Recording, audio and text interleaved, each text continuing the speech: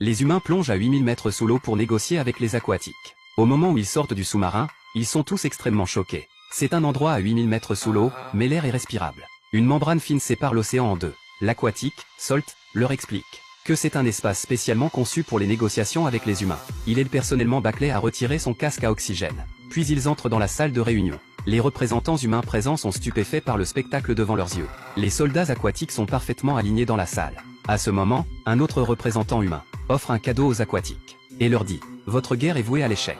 Avant que Salt ne puisse réagir, Backley se rend compte de la perfidie du complot. Il se précipite et fait tomber le cadeau. Ce dernier provoque une explosion d'une grande violence, qui détruira instantanément la salle de réunion. Dans cette situation critique, Salt sauve Backley à temps. En même temps, une vidéo falsifiée commence à être diffusée à l'échelle mondiale.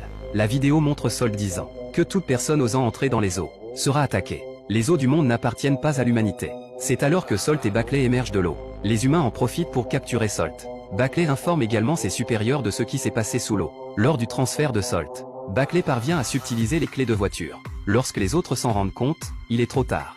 Backley jette la caisse contenant Salt du coffre de la voiture dans la mer. Puis il saute rapidement dans l'eau. Cet acte fait de Backley un traître aux yeux des humains. Avec le temps qui passe, les aquatiques envoient un nouvel ambassadeur pour négocier avec les humains. Les aquatiques demandent l'extradition de Salt, car pendant l'explosion, Salt a choisi de protéger la sécurité des humains, sans prendre en compte celle des aquatiques. Les aquatiques considèrent alors Salt comme un traître. Puis le nouvel envoyé, Mare, montre aux humains ses pouvoirs. D'un simple geste, il fait rouiller l'acier. Il explique que l'eau ne se trouve pas seulement dans l'océan. L'eau est également présente dans l'air. Ils peuvent manipuler l'eau pour faire rouiller les armes humaines, et même lentement ronger l'humanité jusqu'à l'éliminer. Backley et Salt, qui ont échappé, sont désormais considérés comme des traîtres par les deux races. Où iront-ils maintenant ?